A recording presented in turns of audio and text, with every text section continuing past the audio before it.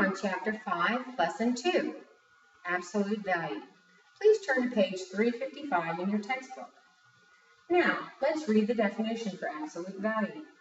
The distance between a number and 0 on the number line is called absolute value. Let's underline that and circle the key word, which is distance. Now, what kind of objects do you know that can measure distance? Let's see. A ruler, a tape measure,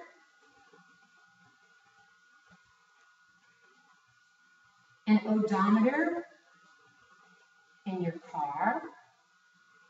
So when we're measuring distances, can that number be represented by a negative number? Let's think about that for a minute. Absolute value is denoted by the number in between two straight lines. We call these hopelessly positive. So hopefully you guessed right. Absolute values can never be negative. They will always be positive. So now let's look at the problem. Mark on the number line indicates 1 yard. Draw a tree 3 yards west of the house. West would be in the negative direction, but remember, we're talking about distance. So here's 0, and we're 3 yards west. So let's all draw a little tree. Now, we're going to draw a mailbox 3 yards east of the house. East is in the positive direction, so we draw a little mailbox. Let's read the question. The distance between the house and the tree is blank. The distance between the house and the mailbox. Well, let's see. It is 3 to the left of the house and 3 to the right of the house. Therefore, it's equal. The tree and the house are in opposite directions, but they're still both positive. Why? Because I can measure the distance in yards. Now let's look at the real world problem. Jesse leaves home and walks 4 blocks west to the grocery store. So I'm going to put a compass mark here for those of you. North, south, east, and west. So Jesse walks 4 blocks west to the grocery store. So we'll start Jesse here and go 4 blocks west. Buys some milk and returns home. He then walks 4 blocks east to the post office and returns home. Is this similar to the tree and the mailbox? You guessed it right. Absolutely it is. It's equal distance, 4 to the west, 4 to the east. So again, measuring absolute value is always positive.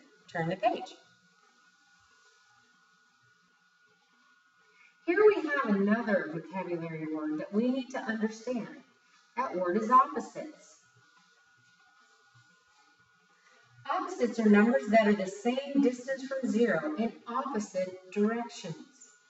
So any number,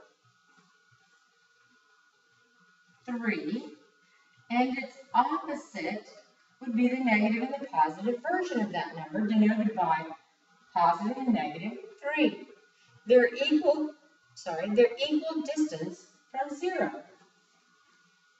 Now we want to look at locating the opposite of negative 5.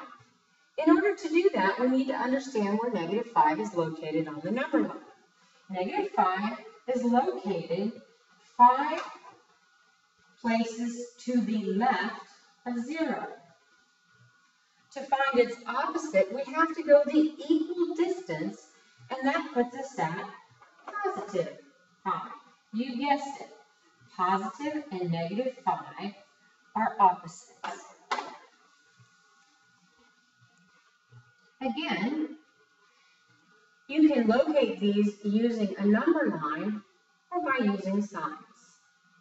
We know that on a number line, we have a visual representation. when we use signs or symbols, we're referring to the number as a standalone object. In this case, to denote -5, we put a -5.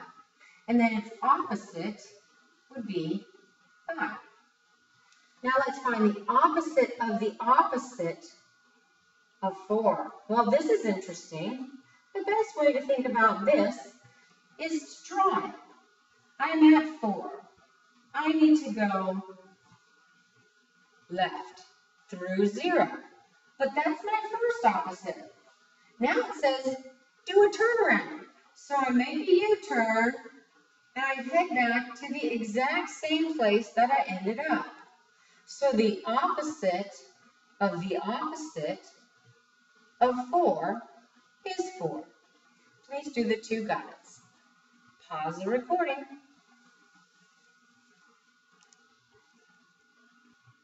Did you get the same answers as me?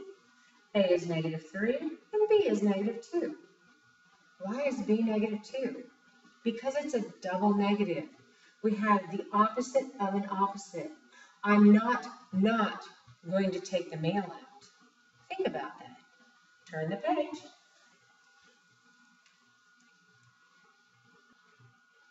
It's very important that you understand the symbols used to denote absolute value. Any number n can be represented by the letter n. The absolute value of n would be denoted by 2 straight lines with a number inside it. I call these lines sticklets.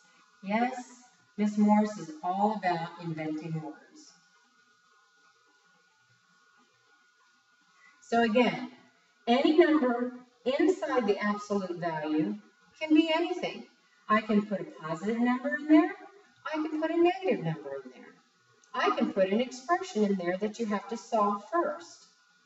But what comes out of the absolute sign must always be positive.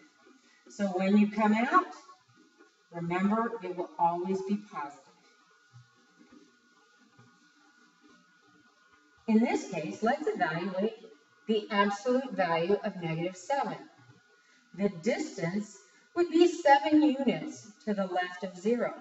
But again, it's the distance. Always remember, this is associated with distance, and measurable distance is always positive. Now we have 2 more problems to look at. In example number 4, we're evaluating 2 separate numbers in 2 separate absolute value signs. So when we look at those, we have to treat them individually.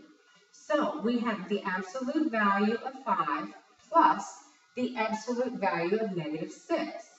The absolute value of 5, you guessed it, is 5. The absolute value of -6 is 6. Again, it has to be positive.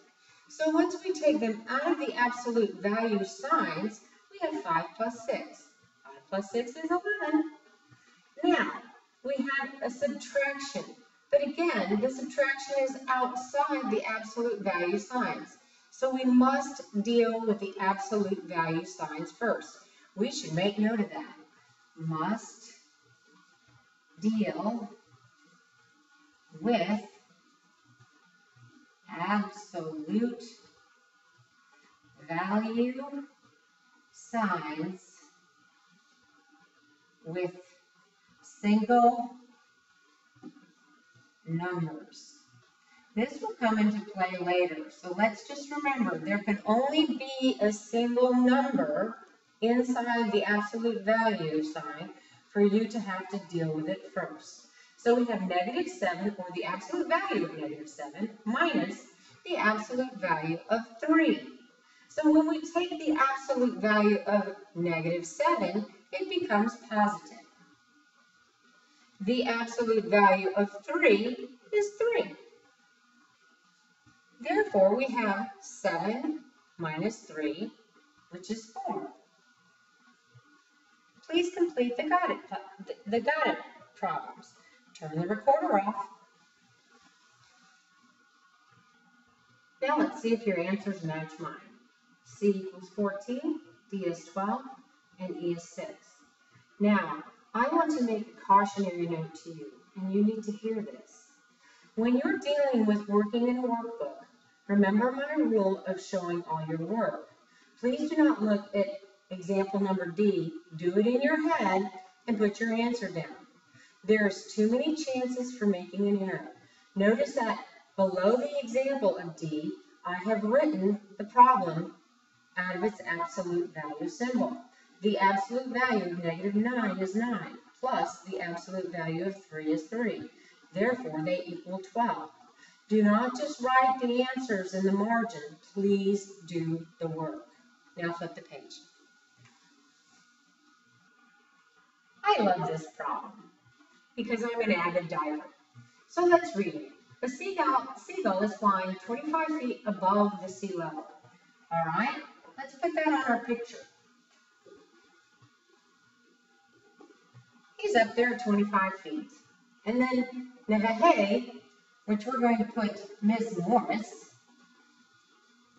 is diving 15 feet below sea level. Can I dive in the air? No. So I'm down under the water 15 feet. But I want to know the distance between the bird and myself. Now I know below sea level is negative, but I'm still looking for distance. So when we compute through 0, we have to compute first the positive, then the negative. So we're at positive 25 feet in distance. We're also positive 15 feet in distance. So this problem is written as the absolute value of 25 plus the absolute value of -15. So now we have to take them out of the signs. The absolute value of 25 is 25. The absolute value of 15 is 15. We add them together and we find out that the total distance between the bird and me in the water is 40 feet. Please do the guided practice. Once you're done, you can turn the recorder back on.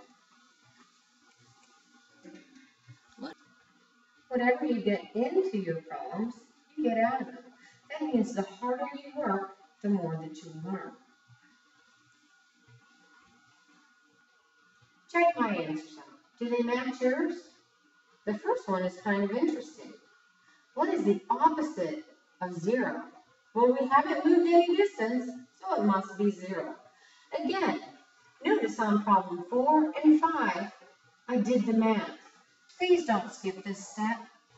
Those of you that made careless errors on your summer review packet will continue to make errors if you don't show your work. In number 6, we're dealing with a word problem. The contestant lost 15 points and then lost another 15 points.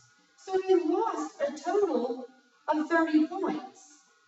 When we talk about the absolute value of it, he lost 30 points. Not -15, not -30, just 30. Lastly, please understand, absolute value is always positive. Please come in tomorrow and ask any questions that you might have. See you then.